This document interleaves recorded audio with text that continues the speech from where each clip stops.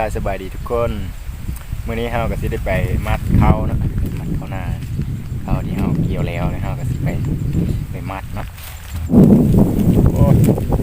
ลมแห้งแต่ว่า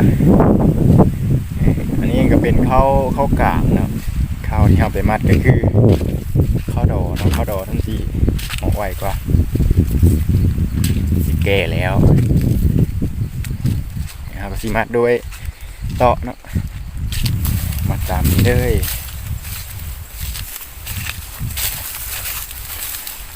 ก่อนอื่นเราก็ต้องเอาเตาะนี้ไปจุ่มน้ำเนาะไปจุ่มน้ำให้มันมัดง่าย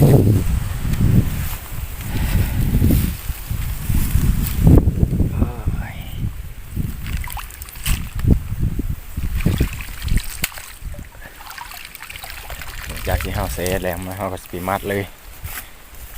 มัดอยู่ผมก่อนแดดดีขนาดสิมัดอยู่ผมนี่แหละลมแห้งขนาดย่ำนาลมนาแหลงพอดแล้วดูเก็บเกี่ยว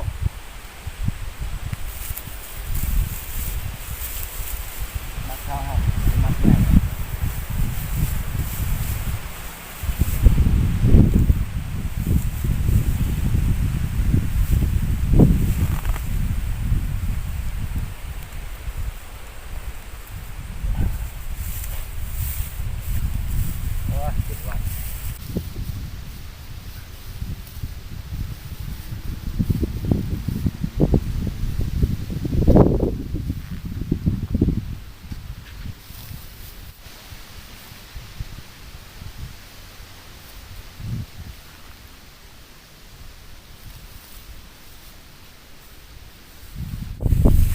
ตอนนี้เฮาก็ได้มัดสำเร็จเป็นที่เรียบร้อยแล้วเนาะปอนเข้ากับสียาวเนี่ยสีได้ขนเนาะบัดห้ามบ่ได้เบะได้เฮาสิเอารถไถมาเนาะเพราะว่ามันอยู่พูนลานมันอยู่ไกลโพดเฮาก็เลยเบะบ่ไหวนะต้องเอารถมาเอา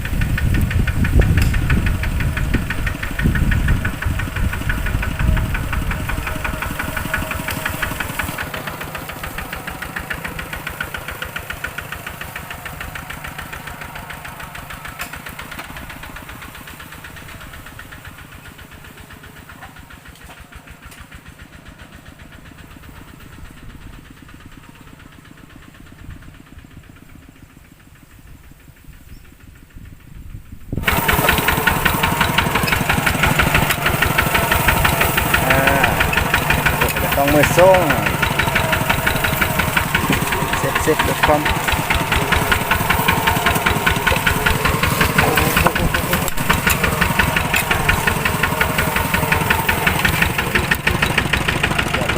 ต้องเข้าตุ๊กเลยอ๋อหมดตุ๊กเนาะไปขึ้นแล้ว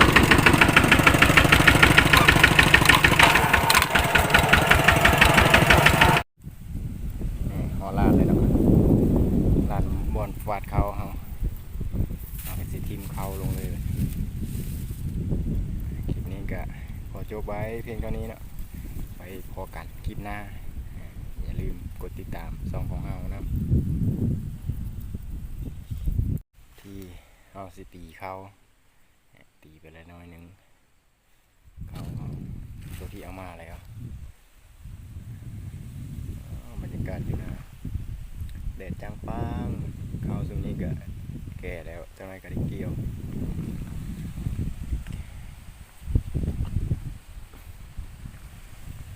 คลิปนี้ก็ขอจบไว้เพียงเท่านี้